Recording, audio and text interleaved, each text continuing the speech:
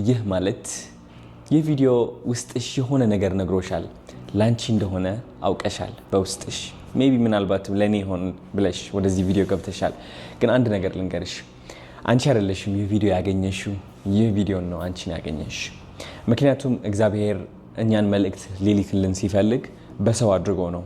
የኔ አማርኛ ሜቢ ያን ያህል ጥሩ ላይሆን ይችላል፣ ግን ልቤ ከእግዚአብሔር ትልቅ የሆነ ግንኙነት አላት። እስካሁንም የመራኝ እግዚአብሔር ነው ብዬ አስባለሁ። ይህ መልእክትም ላንቺ ልሰጥሽ እፈልጋለሁ። ምክንያቱም እስካሁን ካለሽ ይህ መልእክት ላንቺ ነው። ስሚ ልንገርሽ፣ እስካሁን በጣም በብዙ ስቃዮች አልፈሻል። በጣም በብዙ ስቃዮች ከምገልጽልሽ በላይ ብዙ ሰዎች ሸውደውሻል፣ ከድተውሻል፣ ጥሩነትሽን የዋህነትሽን ለጥቅማቸው አድርገውታል። ጥቅም እንደሌለሽ አሳይተውሻል። ብዙ ሰዎች ፍቅር ነስተውሻል። እንደማትፈቀሪ እንክብካቤ እንደማይገባሽ ያሳዩሽ ሰዎች በጣም ብዙ ናቸው። የህይወት እድሎች ቶሎ ያመልጦሻል።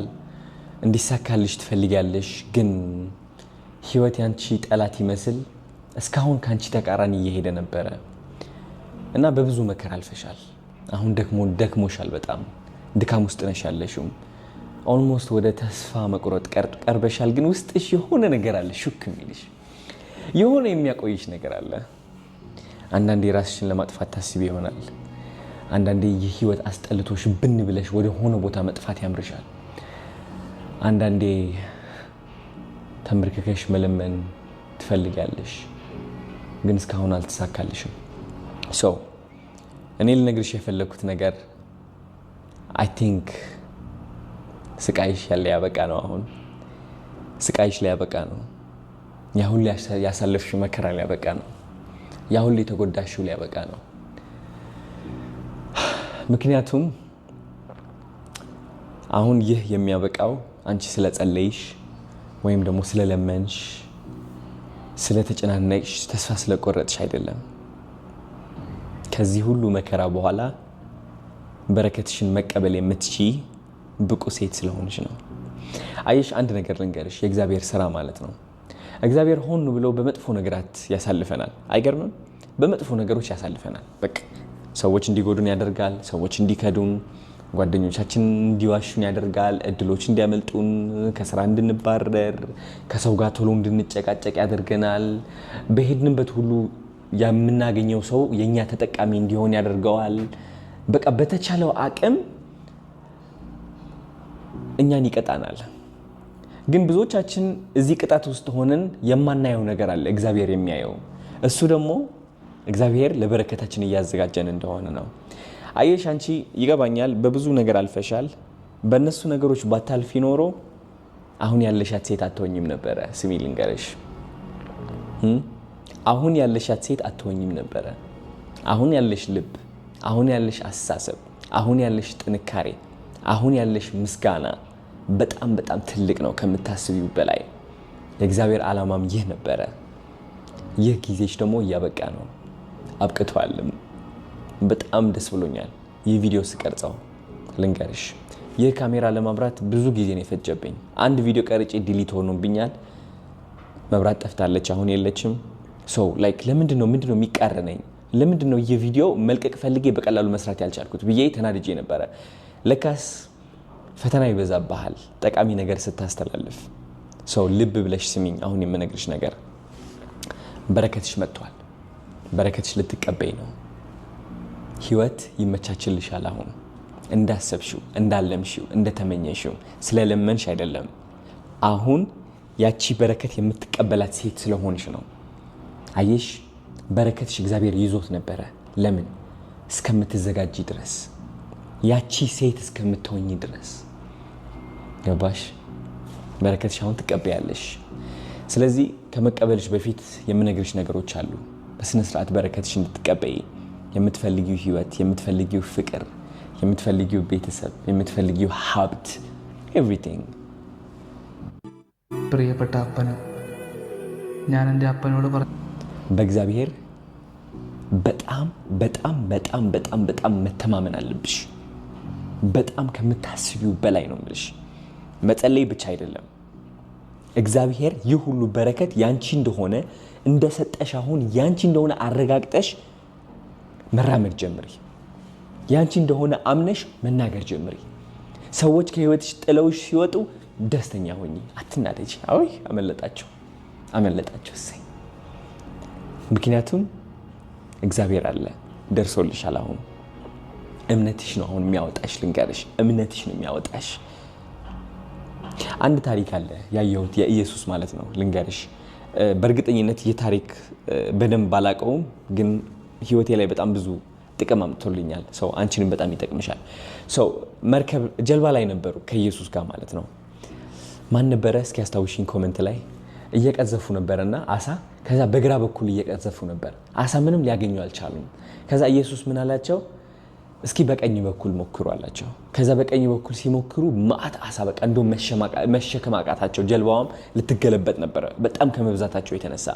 ይህ ምንድነው መሰለሽ ልንገርሽ፣ እስካሁን አንቺ ማለት ነው ባለፈው ህይወትሽ ራስሽን እየበደልሽ ነበር። ይህ ማለት በግራ በኩል እየቀዘፍሽ ነው ያለሽው አሳው ምንድነው? ሀብት ነው፣ ፍቅር ነው፣ የምትመኘው ህይወት ነው።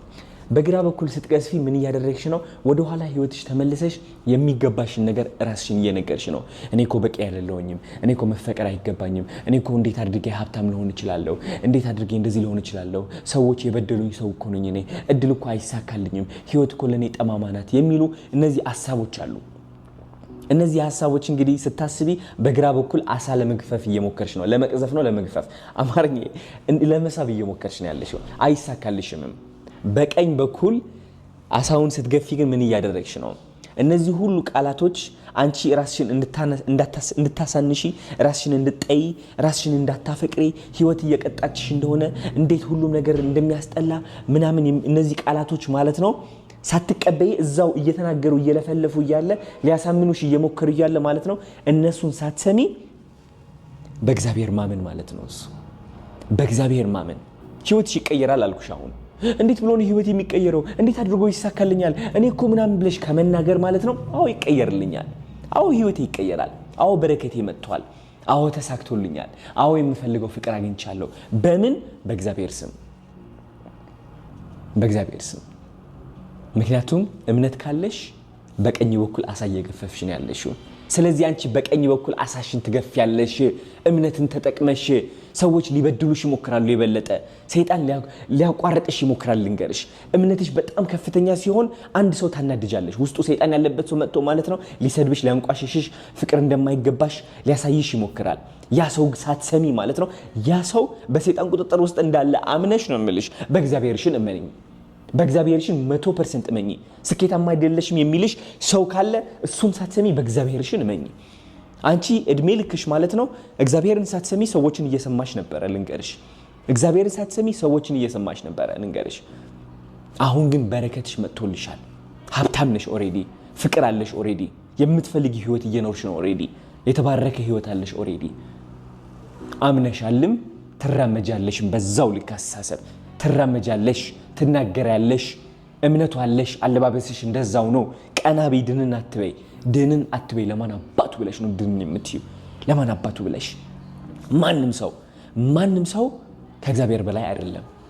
ከእግዚአብሔር በላይ አይደለም። ከእግዚአብሔር በላይ ሆኖ አንቺ ሊመክርሽ ለሚያቆምሽ ምናምን የሚሞክር ሰው መካሪ ባይ ካለ ማለት ነው እሱ ያንቺ አይደለም። ልንገርሽ፣ እስካሁን ስንት ምክር ሰምተሻል። አንቺ ስንት የተመክረሻል። የተመከርሽው ሁሉ ግን እስር ውስጥ አስገባሽ። የሰው አስደሳች አደረገሽ። ምክር አትስሚ። ልንገርሻ፣ ምክር አትስሚ። አንቺ የምትሰሚው ምክር ምንድነው? እምነት ነው። ያንቺ ምክር እምነትሽ ነው። ልንገርሻ፣ ከእምነት በላይ ምክር የለም። ልንገርሽ፣ እመኚ ብቻ። በጣም ከፍተኛ የሆነ እምነት ሲኖርሽ ማለት ነው አንቺ ልጅ ኖ ያን ያህልማ እንትን አትሁኚ፣ ቀስ ብለህ ነው እንግዲህ ምናምን እንዳትወጪ የማይሆን ቦታ ላይ አንቺ እረፊ፣ ፍሪ። ፍርሃት ውስጥ ሊያስገቡሽ የሚሞክሩ ብዙ ሰዎች አሉ። እነዚህ ሰዎች ደግሞ ያንቺ የአቅራቢያ ሰዎች ናቸው፣ ቤተሰብ ብቲ፣ ጓደኛ ብቲ። ስለዚህ እነዚህ ሰዎችን ሳትሰሚ እግዚአብሔርን መስማት ጀምሪ። ተቃራኒው አድርጊ። በረከትሽ ታይዋለሽ፣ ይፈሳል። በእጥፍ ነው ምልሽ፣ በእጥፍ። እኔ አስተዳደጌ ልንገርሽ የሰው ምክር እየሰማሁኝ ያደኩኝ ሰው ነኝ። እንዴት መልበስ እንዳለብኝ፣ እንዴት መናገር እንዳለብኝ፣ አረማመዴ ምን መሆን እንዳለበት፣ አላማዬ ምን መሆን እንዳለበት፣ የት ደረጃ መድረስ እንዳለብኝ፣ ምን አይነት መንገድ መከተል እንዳለብኝ በሰው እየተመከርኩኝ እየተነገርኩኝ ያደኩኝ ሰው ነኝ። ከዛ አድጌ መጨረሻ ላይ ምን ሆንኩኝ? ሰው አስደሳች ሆንኩኝ። እሺ ባይ ሆንኩኝ። ሰዎችን ላለማናደድ የራሴን ክብር ዘቅ የማረግ ሰው ሆንኩኝ። ራሴን የማላደንቅ ሰው ሆንኩኝ። ሰዎችን ላለማስቆጣት ስልኮ ነው። ኖ never በምክር ስም እኔ ራሴን አልቀጣም። በምክር ስም በምንም ተአምር ራሴን አልቀጣም። እግዚአብሔር አለልኛ። አሁን እምነቴ በእግዚአብሔር ነው። ባርኮቴም መጥተዋል። ልንገርሽ፣ ባርኮቴ መጥተዋል። የኔ እናት ያንቺን ባርኮት እዚህ ላይ ነው ያለው። ስሚው፣ የነገርኩሽን ሁሉ ተቀብለሽ በእምነት መጓዝ ጀምሪ። አሁን የቤት ስራ ሰጥሻለሁ። አረማመድሽ በእምነት ይሁን።